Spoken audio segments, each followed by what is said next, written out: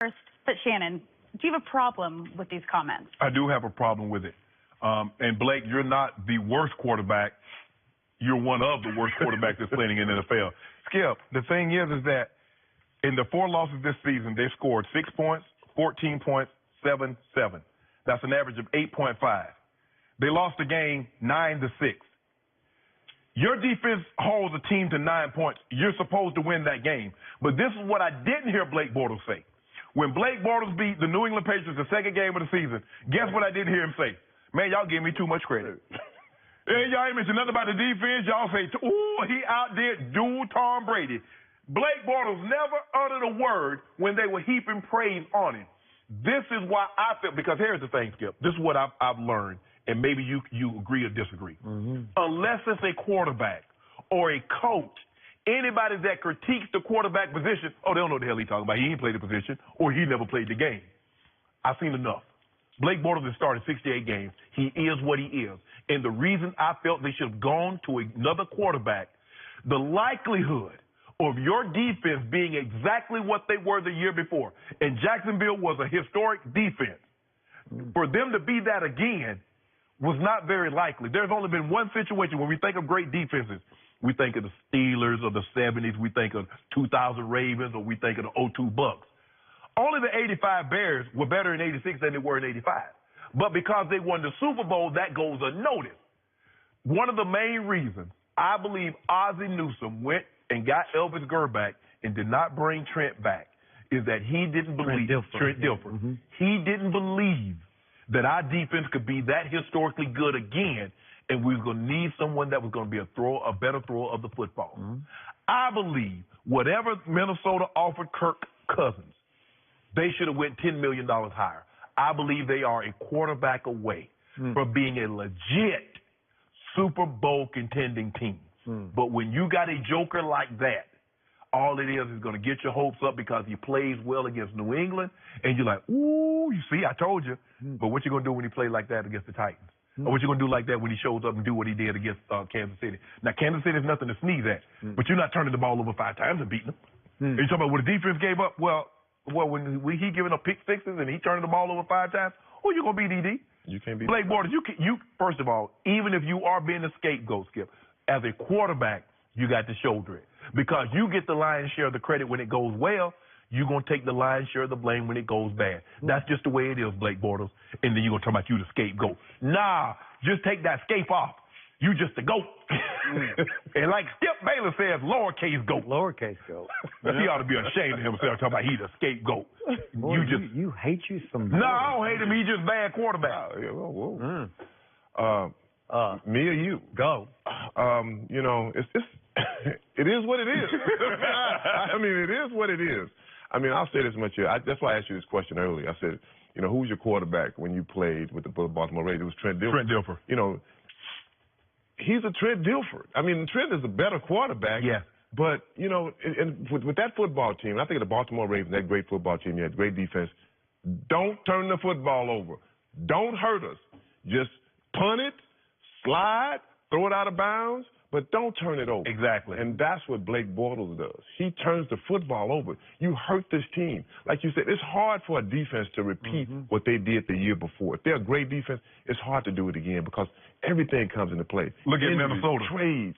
You know, you're never that same defense again. And for him to, you know, to say scapegoat, you know, it's not a scapegoat. You are who you are. You are who you are. It is. If he was, like you said, if he was winning, I'm like, they're going to say, hey, I'm not getting enough credit. You know, we won that football game. What about me over here? I mean, hey, he had 12 passes and he had two turnovers. Two turnovers? Yeah. I mean, fumbles. Two fumbles. I mean, it's like, I mean, I don't know what to say. I mean, and I'm a player. I'm always for the players. But hey, in this case, man, it's time to move on. I do know what to say. What you going to say? 2 weeks ago, this man sitting across from me, my man, Hall of Famer Shannon Sharp, he picked Blake Bortles to win at my Dallas Cowboys, and he still hasn't gotten over it because Blake Bortles lost 40-7, and he was turning the ball over, and he was a disaster.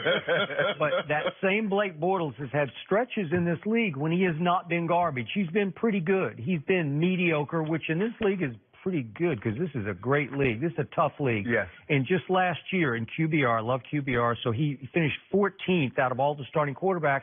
And that was ahead of Kirk Cousins and Cam Newton and Jared Goff. He's better than Jared Goff was. Which one is he better than? Which one would you take over? Well, he had a better year, and he got his team through a road game at Pittsburgh, which is hard to do. He played really well in that game at Pittsburgh. And then guess what? He's up 20-10 on Tom Brady, and he is 10 minutes from going to the Super Bowl last year. That's pretty great. You got to give him some credit for that. And then what happened last Sunday? His coach yanked him. So he's not a happy camper, and he's firing back at his coach because his coach just dumped all over him. Good. Yeah, and he's just saying, okay, I'm the scapegoat. And is that the truth? Yes, he is the scapegoat. But the scapegoat, before the year started, lost Marquise Lee, who was his best receiver. And all year he's lost Leonard Fournette. Where's Leonard Fournette? And the Jags lost hope when he became their starting quarterback. That's football. They lost hope? Yeah. They were 10 minutes from the Super Bowl. They're up 20-10 in Foxborough, and you don't think they trust Blake Bortles? Last year. Yeah. How about in week 2 this year when Tom Brady visits Jacksonville and just gets annihilated?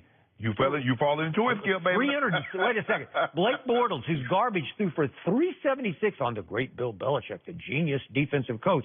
376 with 4 touchdowns, and you're saying he's garbage. Get rid of him. Skip. Really? Let me ask you a question. Wow. Have you ever seen a stray cat? A stray cat? I don't like cats. But you seen them, right? Yeah. You know why you see them? And don't nobody take them in and they still living? Because even an alley cat will find a whole chicken in the trash. They're going to find scraps enough to eat to survive. Blake Bortles is an alley cat who found a scrap. Yeah, and the scrap was Bill Belichick's defense. Which was those 4 touchdowns he threw. Exactly. That's exactly what I'm saying. And then he goes and plays the Jets and throws for 388 against the Jets. How do you do that if you're garbage? Can you tell me? Okay, what about that Tennessee number? Yeah. When he scored 6 points. All right. What about last year when he was pretty good last year? How do you do that? You keep talking about last year. And I'm not even a Blake Bortles fan, but somebody's got to defend. As well as you know, it's football. It's not about what you did last year. It's what you're doing right now. Oh, that's what it comes down to. Well, what about what the defense isn't doing right now? Well, you keep putting you turn the ball over. You keep putting us in harm's way. So he's actually to blame for the defensive struggle. Skip, you know it goes hand in hand. Now, well, it doesn't go always hand in hand because my team scored 40 points on that defense in the first half. It drove it 3 times for long touchdown drive. Long. We're talking about 75 and 84-yard touchdown drives and a long field goal drive, and it was 24-0 at a half, and it wasn't Blake Bortles' fault. It wasn't. Let me ask you this. If you put a better quarterback, you put... Sure, they're better quarterbacks, but you're saying he is trash. He is alley trash, right? That's what you're saying. And he's better than that, and he deserves better than being the scapegoat. Better than what? He was 10 minutes from the Super Bowl. He was Trent Dilfer. Last year. But did he this is a new season. Did he do it? No, he didn't. No. If was a fifth, we'd all be drunk. Well, come on over here. I got this thing for you right here. You got that fifth for me? Yeah. I think you've already had too much of that. Maybe. Eric, thank you so much for joining us. Really appreciate it. You wanted to play New England Paul George, tell the truth about LeBron? We'll discuss.